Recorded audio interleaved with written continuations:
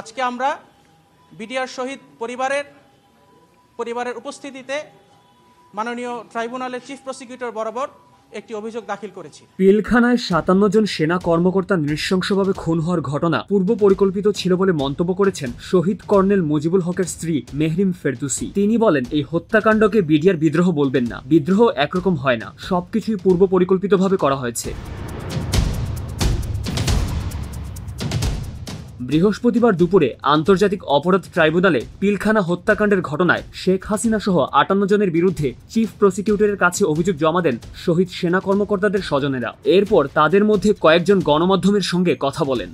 এ সময় শহীদ কর্নেল মুজিবুল হকের স্ত্রী মেহরিম ফেরদৌসী বলেন, ওই দিন প্ল্যান করে মেরে লাশ পোড়ানোর ব্যবস্থা করা হয়েছে, এমনকি পরিবারের সদস্যদের ঘর থেকে ধরে নিয়ে হত্যা করা হয়েছে, বাচ্চাদের বুট দিয়ে লাথি দিয়ে নিয়ে যাওয়া হয়েছে। আমাদের সঙ্গে সেদিন কি করা হয়েছে তা আপনারা জানেন না। তিনি বলেন, এটাকে পরিকল্পিত হত্যাকাণ্ড বলবেন? তদন্ত করলেই সত্যতা বের হয়ে আসবে এবং এটি জনসম্মুখে করতে হবে। আমরা আজও জানি না, কিংবা আমাদের সন্তানরাও জানে না কি কারণে ওনাদের হত্যা করা হয়েছে। তাদেরকে হত্যা করার জন্য কোনো একটি কারণ তো থাকতে হবে।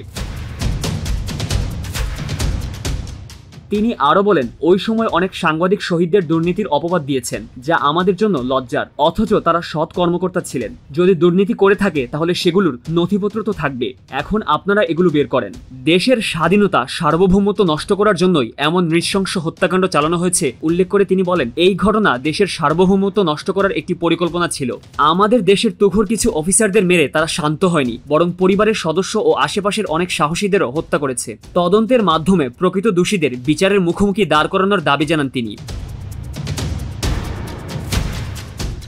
এ সময় তৎকালীন বিডিআরের ডিজি মেজর জেনারেল শাকিল আহমেদের ছেলে ব্যারিস্টার রাকিন আহমেদ, শহীদ কর্নেল কুদরত এলাহির ছেলে সাকিব রহমান সহ 15 থেকে 20 জন শহীদ পরিবারের সদস্য উপস্থিত ছিলেন। News desk, channel 16।